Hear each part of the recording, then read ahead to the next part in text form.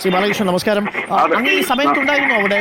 ഉണ്ടായിരുന്നു. ഞാൻ അമ്പലത്തിന് തൊട്ട് മുമ്പിലുണ്ടായിരുന്നു. എന്റെ കൺമുമ്പിലാണ് ഈ കാര്യങ്ങളൊക്കെ സംഭവിക്കുന്നത്. അയ്യോ, എന്താ സംഭവിച്ചത് ശ്രീ ബാലകൃഷ്ണൻ, ഒന്ന് പറയൂ. സംഭവിക്കുന്നത് ഇന്ന് മണക്കുളങ്ങര ക്ഷേത്രത്തിലെ ഉത്സവത്തിന്റെ അവസാനത്തെ ദിവസമാണ് ഇന്ന്. ഇന്നത്തെ പ്രധാനപ്പെട്ട ചടങ്ങ് എന്ന് പറയുന്നത് കുറുവങ്ങാട് മഹാദേവ ക്ഷേത്രത്തിൽ നിന്നുള്ള ഒരു മടക്കെഴുന്നള്ളത്താണ്. ആ മടക്കെഴുന്നള്ളത്തിന് വേണ്ടിയുള്ള ഒരുക്കങ്ങളുടെ ഭാഗമായിട്ട് 2 ആനകളും വാദ്യക്കാരും അതുപോലെ സംവിധാനങ്ങളും ഒക്കെ ആയിട്ട് അവര് ക്ഷേത്രത്തിൽ നിന്ന് ക്ഷേത്രം ചുറ്റി പുറപ്പെടുമായിരുന്നു. ആ പുറപ്പെടുന്ന സമയത്ത് ഒരു ആഘോഷ വരവ് അപ്പുറത്ത് വന്നിട്ടുണ്ടായിരുന്നു. ആഘോഷ വരവിന്റെ ആളുകൾ വെടിക്കെട്ട് പൊട്ടിച്ചു. അവിടെ വെടിക്കെട്ട് പൊട്ടിക്കുന്നതിന് ഒരു ഗ്രൗണ്ട് ഉണ്ട്. ഗ്രൗണ്ട് എന്ന് മാത്രമേ സാധാരണഗതിയിൽ വെടിക്കെട്ട് പൊട്ടിക്കാറുള്ളൂ. ഇത് ആനകളും ക്ഷേത്രത്തിന് തൊട്ടപ്പുറത്തെ കുളത്തിന്റെ മറ്റേ കരയിൽ വെച്ചിട്ട് ഇവര് വലിയൊരു വെടിക്കെട്ട് പൊട്ടിച്ചു. അപ്പൊ പിറകിൽ നിൽക്കുമായിരുന്ന ആന വരണ്ടു. ഞാൻ മനസ്സിലാക്കിയത് ഗുരുവായൂർ ആനയാണ്. സ്ഥിരമായിട്ട് മുമ്പിൽ നിൽക്കുന്ന ആനയെ കുത്തുന്ന ശീലമുള്ള ആനയാണെന്ന് പറയുന്നു. ഇത് പിറകിൽ നിന്ന് മുമ്പിലുള്ള ആനയെ കുത്തി. പുറകിലുള്ള മുമ്പിലുള്ള ആനയെ കുത്തിയപ്പോൾ മുമ്പിലുള്ള ആന മുന്നോട്ട് ഓടി എന്ന് പറഞ്ഞാൽ ഈ ഇടിയുടെ ആഘാതത്തിൽ മുന്നോട്ട് അത് തെറിച്ചു പോകുമ്പോൾ മുന്നോട്ട് കൊന്നു. തൊട്ട് മുമ്പിലുണ്ടായിരുന്നത് ഓഫീസാണ്. ആ ഓഫീസിന്റെ വരാന്തയിലും ഓഫീസിനകത്തുമൊക്കെ ധാരാളം സ്ത്രീകൾ ഉൾപ്പെടെയുള്ളവർ ഈ ചീവേലി കണ്ടോണ്ട് നിൽക്കുമായിരുന്നു. ചീവേലി, അതായത് ചീവേലി കഴിഞ്ഞ് അങ്ങ് പുറപ്പെടുവാണല്ലോ. അതായത് ഈ കുറുവങ്ങാട് ശിവക്ഷേത്രത്തിന്റെ അവിടെ നിന്ന് മടക്കെഴുന്നള്ളിപ്പ് നടക്കുന്ന സമയമാണല്ലേ? അല്ല, മടക്കെഴുന്നള്ളത്ത് തുടങ്ങുന്നതിന് വേണ്ടി ആനകളും വാദ്യക്കാരും ഒക്കെ കുറുവങ്ങാട് ശിവക്ഷേത്രത്തിലേക്ക് മണക്കുളങ്ങര ക്ഷേത്രത്തിൽ നിന്ന് പുറപ്പെടുമായിരുന്നു. അത് ശരി. മണക്കുളങ്ങര ക്ഷേത്രത്തിൽ നിന്ന് പുറപ്പെടുന്ന സമയമാണ്. ആ സമയത്താണ് ഈ ആഘോഷ കമ്മിറ്റിക്കാര് ഈ പടക്കം പൊട്ടിച്ചത്. പടക്കം ആഘോഷ കമ്മിറ്റിക്കാരല്ല, ആഘോഷ വരവുകാരോ, ഉത്സവാഘോഷ കമ്മിറ്റിക്കാരല്ല. പുറത്തുനിന്നുള്ള ആഘോഷ വരവുണ്ടാവും. ആഘോഷ വരവിൽ ഒന്ന് ആ സമയത്ത് അവിടെ എത്തിയിട്ടുണ്ടായിരുന്നു. അവരാണ് പടക്കം പൊട്ടിച്ചത്. അതായത് ഈ അമ്പലത്തിൽ പൊട്ടിക്കാൻ വെച്ചിരുന്ന കരിമരുന്ന് പ്രയോഗമല്ല. അല്ല. ഈ ആഘോഷ വരവുകാർ പൊട്ടിച്ച പടക്കമാണ് അല്ലേ? പടക്കമാണ്. അത് ഈ ആനകൾ നിൽക്കുന്നതിന് നിശ്ചിത അകലത്തിലായിരുന്നോ അടുത്തായിരുന്നോ? ആനകൾ നിൽക്കുന്നതിന് തൊട്ട അരികിലായിട്ട് ഒരു കുളമുണ്ട്. ആ കുളത്തിന്റെ മറുകരയിൽ വെച്ചിട്ടാണ് ഇത് പൊട്ടിച്ചത്. അത് ഈ ശബ്ദം കേട്ട ആന പരിഭ്രാന്തയായി. ശബ്ദം കേട്ടപ്പോ പിറകിലുണ്ടായിരുന്ന ആന മുമ്പിലുണ്ടായിരുന്ന ആനയെ, 2 ഗുരുവായൂർ ആനകളാണ്, മുമ്പിലുണ്ടായിരുന്ന ആനയെ കുത്തി. പീതാംബരൻ എന്ന ആന ഗോകുൽ എന്ന ആനയെ കുത്തി. കുത്തി. പീതാംബരൻ ആന, ഈ പീതാംബരൻ എന്ന് പറയുന്ന ആന സ്ഥിരമായിട്ട് ഈ സ്വഭാവമുള്ളതാണെന്ന് പറയുന്നു. ഇതിനടുത്ത് നിന്നിരുന്ന ഈ മതിലിനോട്, ഈ കെട്ടിടത്തിനോട് ചേർന്ന് നിന്ന സ്ത്രീകളാണ് കൊല്ലപ്പെട്ടത് അല്ലേ?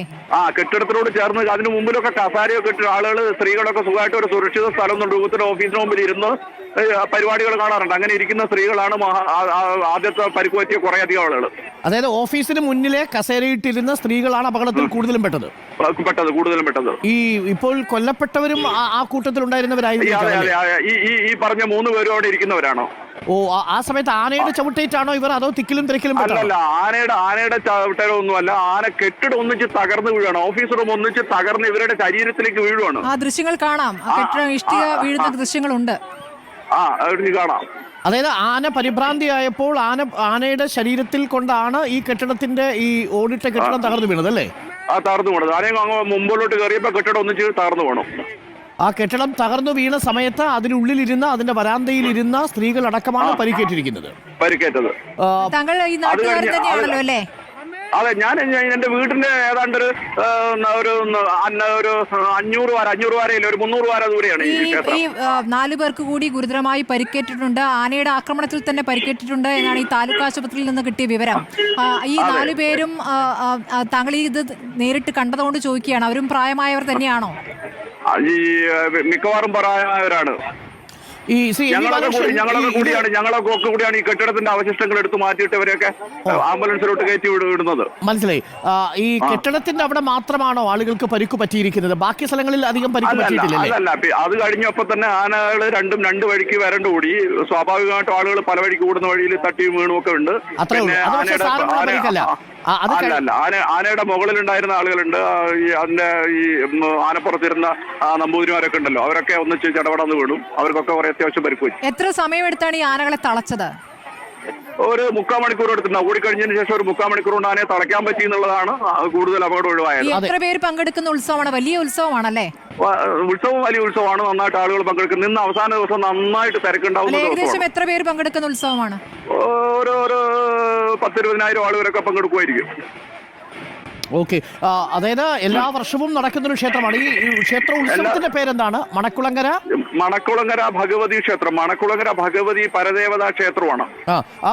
ഒരു പാരമ്പര്യമുള്ള ക്ഷേത്രമാണ്. അതെ, അവിടെ എന്ത് ഉത്സവമാണ് ഇത് നടക്കുന്നത്? ഇന്നലെ ഉച്ചാലും ഇന്ന് ഉത്സവമാണ്. ഇന്ന് താലപ്പൊലി ഉത്സവമാണ്. ഓക്കെ, കൂടുതൽ ആളുകൾ ദിവസമാണിന്ന് അല്ലേ? കൂടുതൽ ആളുകൾ വരുന്ന ദിവസമാണ്. ഒരു ആനയെ കൂടി കൊണ്ടുവരാനിരുന്നതാണെന്നും കേൾക്കുന്നു. 3 ആനകളാണ്.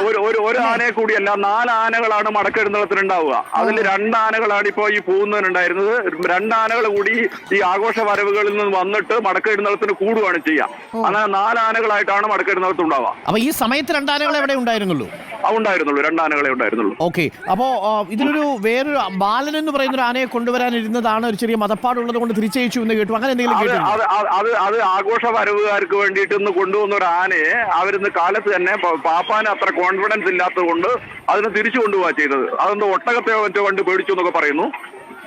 ഓക്കെ, അതാണ്. എന്തായാലും ഈ ഏർപ്പാടൊക്കെ നിർത്തേണ്ട കാലം കഴിഞ്ഞു എന്നുള്ളത് നമ്മുടെ അമ്പല കമ്മിറ്റിക്കാർക്ക് ആർക്കും ഇപ്പോഴും മനസ്സിലായില്ല. ഒരു വന്യജീവിനെ ഇങ്ങനെ ചെയ്യുന്നത്. അതെ, അത് ഭയങ്കര ചൂടുണ്ട്, ശബ്ദഘോഷങ്ങള്, ആനയുടെ തൊട്ടപ്പുറത്തുള്ള വെടിക്കെട്ട് പൊട്ടിക്കുക. ചടങ്ങുകൾ എപ്പോഴാണ് തുടങ്ങിയത്? അത് സന്ധ്യക്കാണ് ഈ മടക്കെടുത്ത് തുടങ്ങും. അതുവരെ മറ്റൊരുപാട് പരിപാടികളാണ് ഉള്ളത്. ആ സമയത്ത് ആന അവിടെ ഉണ്ട് അല്ലേ? ഇല്ല. ആ സമയത്ത് ആനയെ കെട്ടിയിട്ടിരിക്കും. ആന കുളിപ്പിച്ച് വൃത്തിയാക്കി കൊണ്ടുവന്ന അമ്പലത്തിന്റെ മുറ്റത്ത് നിർത്തി നെറ്റിപ്പട്ടമൊക്കെ കെട്ടി നമ്പൂതിരിമാരൊക്കെ മുകളിൽ കയറി തടമ്പ കയറ്റി അവര് പുറപ്പെടുവാണ്. ആനകളും ഈ ആൾക്കാർ നിന്ന സ്ഥലവും തമ്മിൽ ഒരു 3 മീറ്റർ 5 മീറ്റർ അകലെങ്കിലും ഉണ്ടായിരുന്നോ? ഒരു 3-4 മീറ്റർ കഷ്ടി. അത്രയില്ല. അതായത് ഈ ഇപ്പോൾ സുപ്രീം കോടതിയുടെ നാട്ടാന പരിപാലന ചട്ടത്തിന്റെ അല്ലെങ്കിൽ ചട്ടവുമായി ബന്ധപ്പെട്ടുള്ള ഉത്തരവുകൾ പാലിക്കുന്ന രീതിയിൽ തന്നെ ആയിരുന്നു. ആ ചട്ടം പാലിച്ചിരുന്നെങ്കിൽ ഈ അപകടം ഉണ്ടാവില്ല, ഉറപ്പിച്ച് പറയാൻ പറ്റും. കാര്യം എന്താണെന്ന് ചോദിച്ചാൽ, ഒരാനയുടെ തൊട്ട് പിറകിൽ നിൽക്കുന്ന ആനയാണ് മുമ്പിലിരിക്കുന്ന ആനയെ ഇടിച്ചത്. സുപ്രീം കോടതിയുടെ കോടതി ഉത്തരവ് പാലിച്ചിരുന്നുവെങ്കിൽ 3 മീറ്റർ ദൂരെ ആനയ്ക്ക് നിൽക്കാൻ പറ്റുള്ളൂ. അപ്പൊ പിന്നെ ഇടിക്കുന്ന പ്രശ്നം പോലും വരുന്നില്ല. ഓക്കെ, അപ്പം ആന ചട്ടം ലംഘിച്ചിട്ടും പ്രശ്നമായിരിക്കും അല്ലേ? തീർച്ചയായും ഈ ചട്ടങ്ങളൊക്കെ വളരെ പ്രധാനം തന്നെയാണ്. ആന പോലെ ഒരു വന്യജീവിയെ ഇങ്ങനെ